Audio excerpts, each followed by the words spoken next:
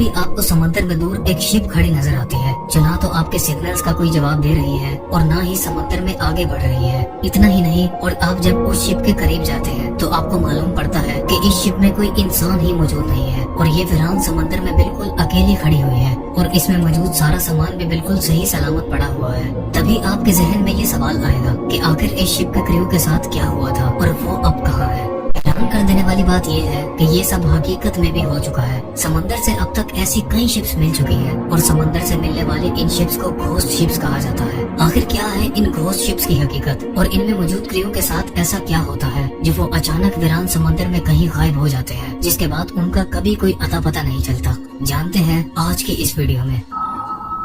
आज के दिन तक समंदर में 438 से भी ज्यादा घोस्ट शिप्स को देखा जा चुका है और विकिपीडिया में पब्लिश्ड एक आर्टिकल के मुताबिक 5767 से भी ज्यादा क्रू मेंबर्स इन शिप्स से गायब हो चुके हैं। इस आर्टिकल में ये भी लिखा है कि इन नजर आने वाली शिप्स और इनसे गायब हो जाने वाली क्रू की तादाद इससे भी कई गुना ज्यादा है जो आज तक रिकॉर्ड ही नहीं हो सकी। घोस्ट शिप्स की इन मिस्ट्रीज की शुरुआत 17th सेंचुरी में हुई थी जब एसवी सी ब्रिग नामी एक शिप रोड आइलैंड के इलाकों में देखी गई थी। जब इस शिप को पहली बार देखा गया था तो उसमें कोई इंसान मौजूद नहीं था और उस शिप का सारा सामान भी बिल्कुल सही हालत में मौजूद था। यहाँ तक कि इस शिप की गैलरी में कॉफी भी गर्म हालत में मौजूद थी, जिसे देखकर ऐसा लग रहा था कि इस शिप के कैप्टन और क्रू ने इसे इमरजेंसी की हालत में छोड़ा था। लेकिन हैरान कर देने वाली बात तो ये थी कि इस शिप पर किसी किस्म का कोई ऐसा निशान मौजूद नहीं था जो इस बात की तरफ इशारा करता कि इसके साथ कोई हादसा पेश आया था। और सबसे बड़ी बात कि इसका क्रू अगर इसे छोड़ गया था तो वो अब कहाँ था। उस वक्त तो इस शिप की कहानी पर किसी ने कोई खास किस्म की अटेंशन नहीं दी थी, लेकिन फिर ईयर 1872 में एक खौफनाक हादसा पेश आया जिसने पूरी दुनिया को हैरान और परेशान छोड़ दिया था। ये कहानी उस शिप की है जिसे वीरान अटलांटिक ओशन के बीचों बीच बिल्कुल अकेले खड़े देखा गया था।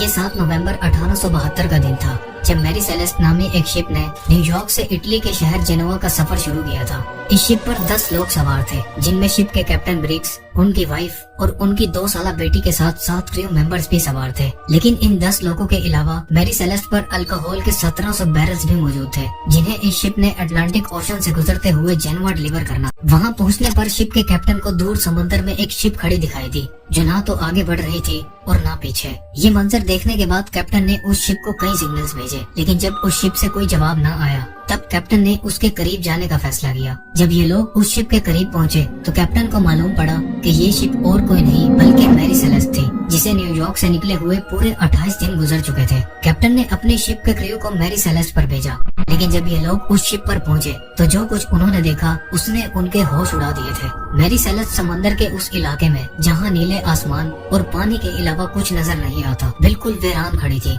और इसका क्रू भी इस पर मौजूद नहीं था, जबकि उनका सारा साजो सामान, खाना पीना और यहाँ तक कि कार्गो भी बिल्कुल सही सलामत मौजूद था। इस बात ने डी ग्रेटिया के कैप्टन को परेशान कर दिया था। पहले तो कैप्टन को ये लगा कि शायद मैरी सेलेस्ट के साथ कोई हादसा पेश आया था, लेकिन जब उन्होंने इस शिप पर मजीद छानबीन की और शिप का जायजा लिया तो उन्हें कैप्टन की फैमिली के कपड़े, उनका सामान और इसके साथ साथ शिप में लोड हुए अल्कोहल के 1700 बैरल्स और क्रू के खाने पीने की चीजें भी बिल्कुल सही हालत में पड़ी हुई मिली। इसके अलावा डी ग्रेटिया के कैप्टन को मैरी सेलेस्ट शिप के कैप्टन के रूम से एक लॉग बुक में मिली, जिनमें पुराने वक्तों में कैप्टन अपनी करंट लोकेशन और डेट को मेंशन किया करते थे। इस लॉग बुक में मेंशन की गई आखिरी एंट्री 25 नवंबर की सुबह 8 बजे की थी, यानी मैरी सेलेस्ट जब समुद्र में मिली थी तो वो उससे 10 दिन पहले ही से अटलांटिक ओशन में वीरान खड़ी थी। शिप पर मजीद इन्वेस्टिगेशन करने के बाद कैप्टन ने नोटिस किया कि शिप पर लाइफ बोट्स मौजूद नहीं थे, जिसका मतलब ये था कि इस शिप के साथ जरूर कुछ वाकया पेश आया था, जिसके बाद सब लोग अपनी जान बचाने के लिए लाइफ बोट्स पर कहीं भागे थे। रिसर्च के दौरान मैरी सेलेस्ट के कैप्टन की तलवार भी उनके बेड के नीचे से अनटच्ड हालत में मिली थी, जिसका मतलब ये था कि इन पर किसी किस्म का कोई हमला नहीं हुआ था। इसके साथ साथ इस शिप के निचले पोर्शन में जगह जगह पानी खड़ा हुआ था, लेकिन ये इतना नहीं था जो मैरी सेलेस्ट जैसी शिप को कोई नुकसान पहुंचा सके।